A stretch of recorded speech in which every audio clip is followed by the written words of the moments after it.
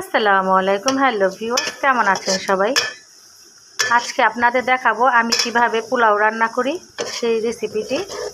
আমি পোলাও শাক দেওয়ার জন্য পেঁয়াজটা প্রথমে বাদামি কালার ভেজে নিব। আমার পেঁয়াজটা মোটামুটি বাদামি কালার হয়ে গেছে, এখন নামিয়ে ফেলবো।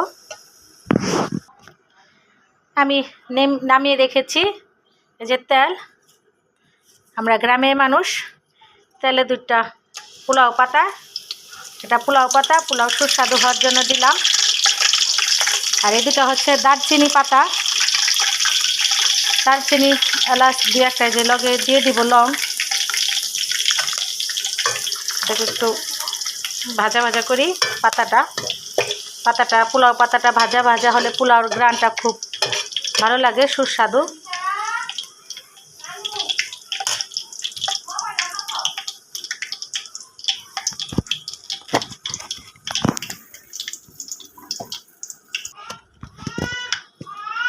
আমি পোলাওতে সামান্য একটু আদা বাটা দিই, অনেকে দেয় অনেকে দেয় না, আমি অল্প সামান্য দিই আর কি।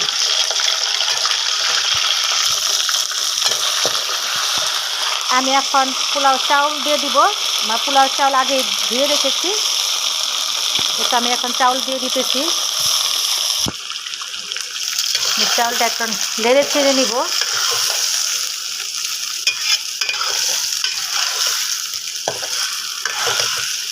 এটাকে একটু বাদামি বাদামি কালার করব।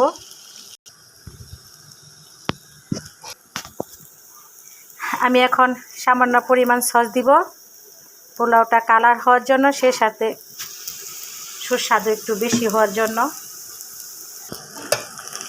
নেড়ে চেড়ে এখন মিশিয়ে দিব।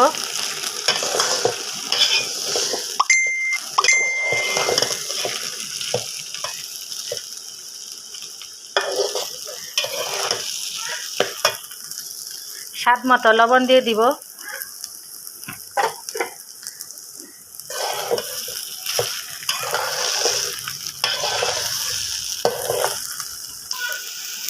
টমেটো সস মিশিয়ে দিয়েছি, কালারটা খুব সুন্দর এসেছে। এখন পরিমাণ মতো আমি পানি দিয়ে দিব।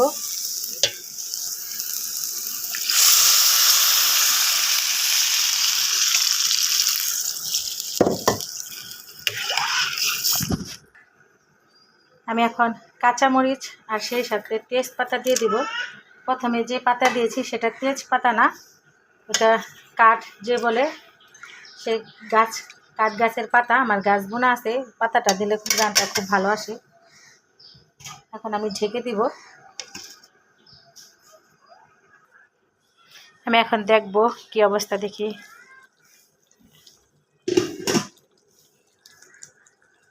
বলক এসে গেছে পোলাও।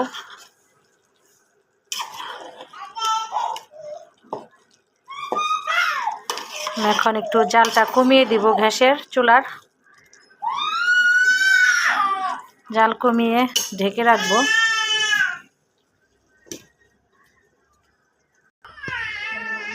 আমার পোলাও হয়ে গেছে, ঝরঝরা পোলাও দেখুন।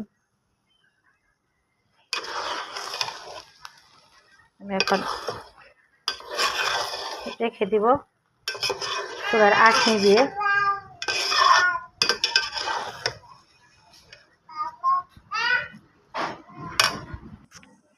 এখন আমি জিরা পেঁয়াজের ছাক করে রেখেছিলাম, সেগুলো দিয়ে দিব উপরে।